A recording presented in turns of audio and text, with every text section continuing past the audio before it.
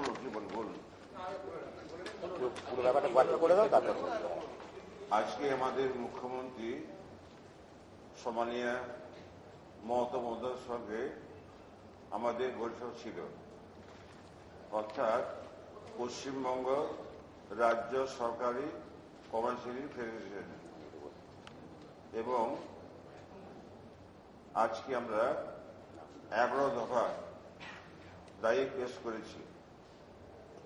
তার মধ্যে অন্যতম হচ্ছে আমরা যেটা বলেছি যে আমরা প্রথমেই আমাদের সরকারকে স্বাগত জানিয়েছি, এই কারণে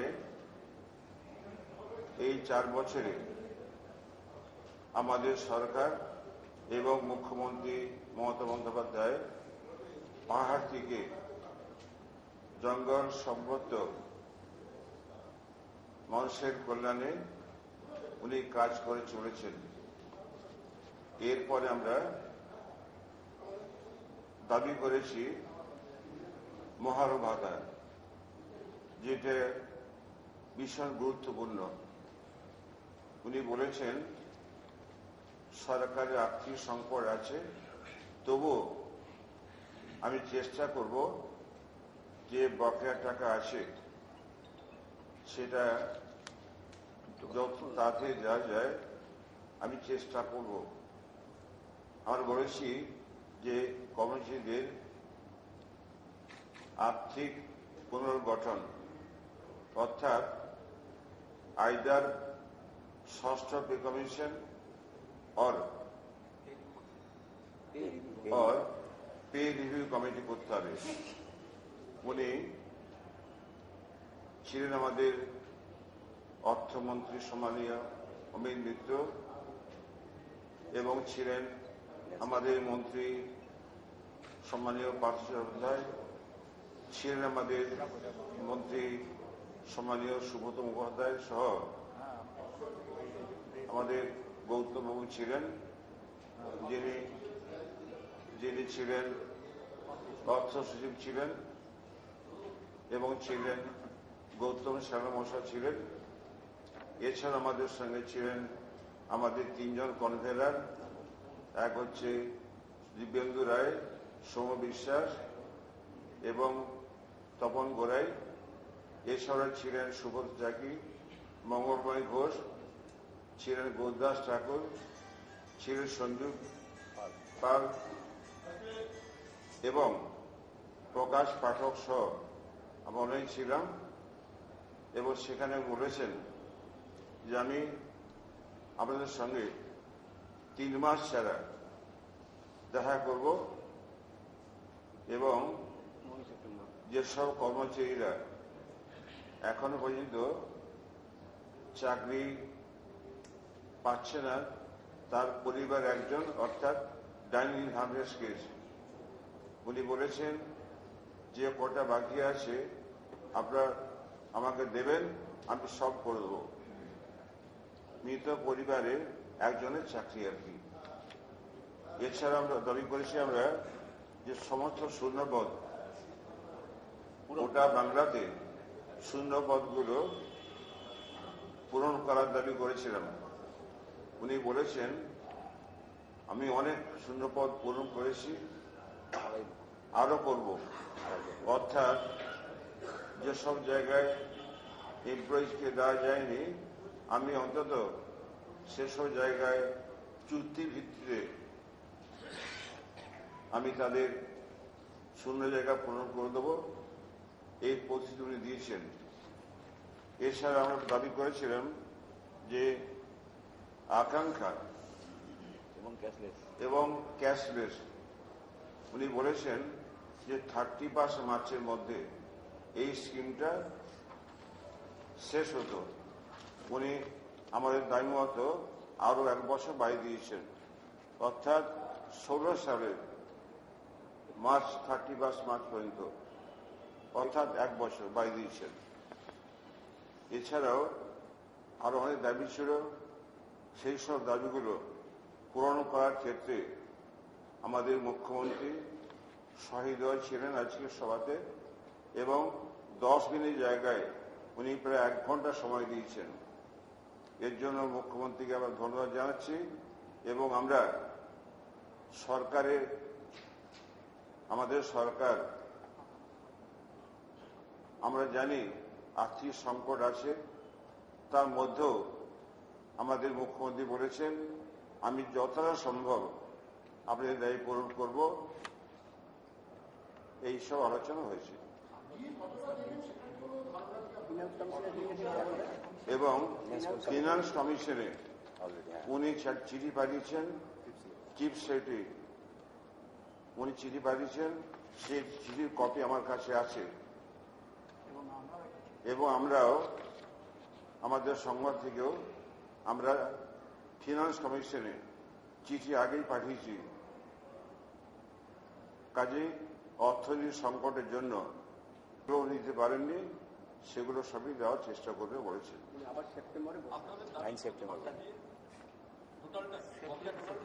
এই তো দাবি সমাধান আছে না, টোটাল শোন, ডিএ কোনো সময় কোনো সরকার টোটাল দিতে পারে না। বামভার সরকার ছিল 65% ডিএ বাকি পড়েছিল, হ্যাঁ বাকি পড়েছিল। কাজেই ডিএটা আমরা কিছু কিছু প্রস্তাব দিয়েছি এবং আশা করছি উনি সেটা পূরণ করার ক্ষেত্রে যথাযথ ব্যবস্থা নেবেন। এই তো বলেছি।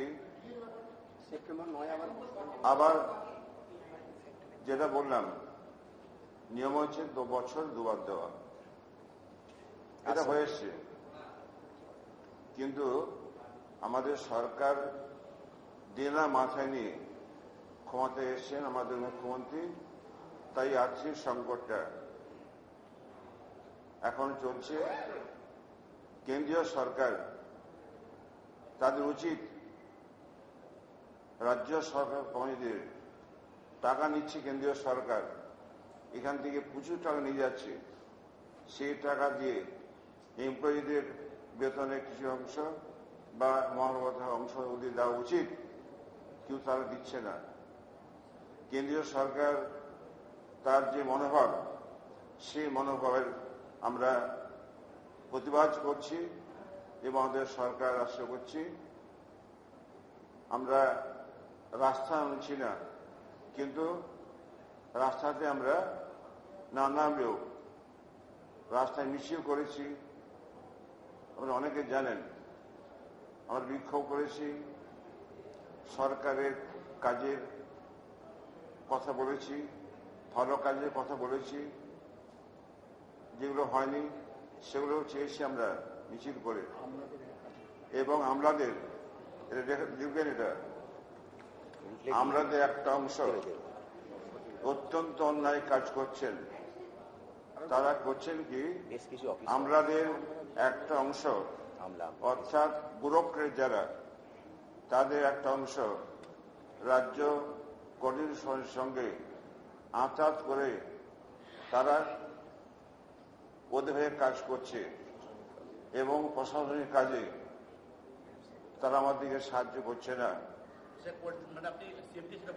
নিশ্চয়ই নিশ্চয় বলেছি, ওটা মেন করছেন। হ্যাঁ, উনি বলেছেন, ধরুন সবাই নয়, এক শ্রেণীর আমরা, তারা হচ্ছে ডব্লিউবিসিএস, আইএস আছেন, সব স্তরে আছেন। এবং উনি আমাদের সঙ্গে পার্থক্য বলেছেন, আমাদের সঙ্গে 15 দিন ছাড়া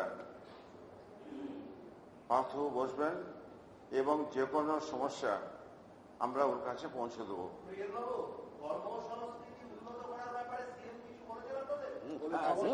নিশ্চয়ই নিশ্চয়ই নিশ্চয়ই। কর্মসংস্কৃতি এটা এক সময় ছিল না। আমি যে চাকরি করেছি এক সময় কি হতো, কাজ না করে সবাই টেবিলের চেয়ারে থাকতো না।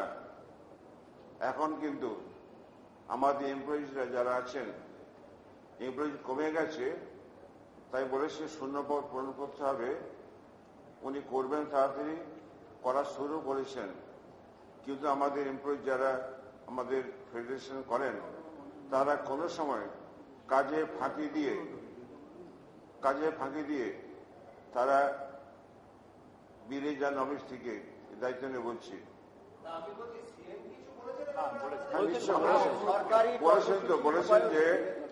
বলেছেন যে আপনারা ভালো করে কাজ করবেন এবং আমরা সরকার পক্ষ থেকে আমরা আপনাদেরকে ধন্যবাদ জানাবো। বলেছি আমরা কাজ করছি। কর্মসংস্কৃতি ছিল না এক সময়, কিন্তু এই 4 বছরে কর্মসংস্কৃতি ফিরে এসছে। আমরা ডিটারমাইন্ড আমাদের সরকারকে যেভাবে সাহায্য করা দরকার সেইভাবে আমরা করব। পাশাপাশি এমপ্লয়িদের দাবি পূরণ করার ক্ষেত্রে আমরা একাধিকবার মুখ্যমন্ত্রীর সঙ্গে দেখা করব।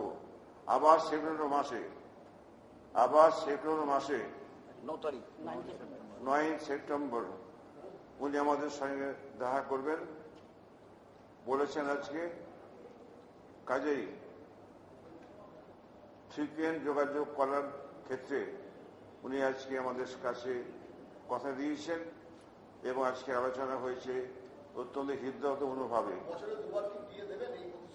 না, উনি বলেছেন আমি চেষ্টা করছি, টাকা জোগাড় করার চেষ্টা করছি। আপনার চেষ্টা করছি।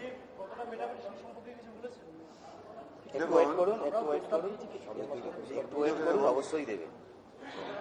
বলছি যে উনি চেষ্টা করবেন, বলেছেন চেষ্টা করব। ভেঙে যদি কিছু করা যায়, ভেঙে যদি কিছু দেওয়া যায় চেষ্টা করব, আমার চেষ্টা করব।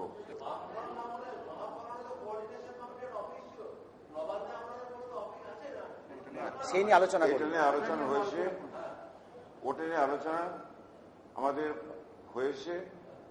কাজেই উনি চেষ্টা করবেন। এখন এই নিয়ে কথা হয়নি, কথা যেটা নিয়ে যে সর্বস্তরে আমাদের আজকে যদি ইঞ্জিনিয়াররা ছিল না, তাই আমরা বলিনি আজকে, কিন্তু আগে আমার সঙ্গে কথা হয়েছে যে সরকারি দপ্তরে এটা না হয় ভালো, তবু আপনারা অফিস করবেন। এই পর্যন্ত কথা হয়েছে আগে। এখন ওই আলোচনা কমপ্লিট হয়নি। ওই আলোচনা এখনো কমপ্লিট হয়নি। মানে এটা দেবে এখান থেকে। বলুন। আলোচনা হয়নি তো, এই আলোচনা হয়নি, এটা আলোচনা হয়নি আজকে এজেন্ডার মধ্যে এটা ছিল না। আমার দেখুন, টাকা থাকলে উনি এক্ষুনি দিতেন, সেই হৃদয়ে আছেন মুখ্যমন্ত্রী। কিন্তু এই মুহূর্তে টাকা না থাকার জন্য উনি বলেছেন আমি চেষ্টা করব ভেঙে কিছু করা যায় কিনা, না বলেছি, আমরা দাবি করেছি আইদার 5th না 6th pay commission, or pay review committee. উনি বলেছেন পে রিভিউ কমিটি করার ক্ষেত্রে অমিত দাকে উনি দায়িত্ব দিয়েছেন এটা দেখার জন্য। সঙ্গে ডাইরেকশন যত তাড়াতাড়ি সম্ভব। আপনারা তো চুক্তির ভিত্তিতে নিয়োগের কথা বলেছেন, পদে যেখানে ফুলফিলের যারা কর্মচারী তারা ডিএর জন্য হাহাকার করছে, তখন চুক্তির ভিত্তিতে যারা তাদের মাইনে তো আরো কম হবে। আমরা বলেছি, আমরা এতে বলেছি চুক্তির ভিত্তিতে শূন্যপদ পূরণ করার কথা তাই বলেছেন। হ্যাঁ,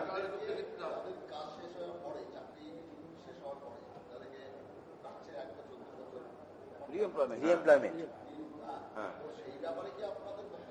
কথা ছিল, বলেছি আজকে পয়েন্ট ছিল সেটা।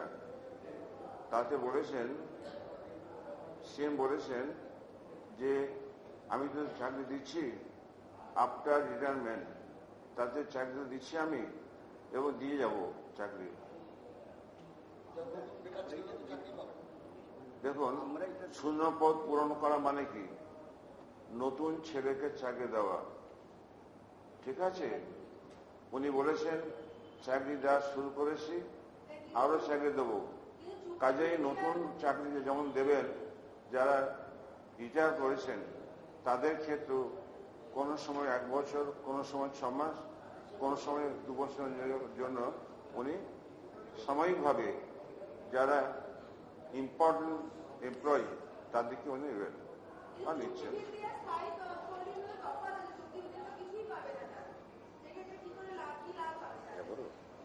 কোনটা বলছেন? জোর এক বলে দিই আগে।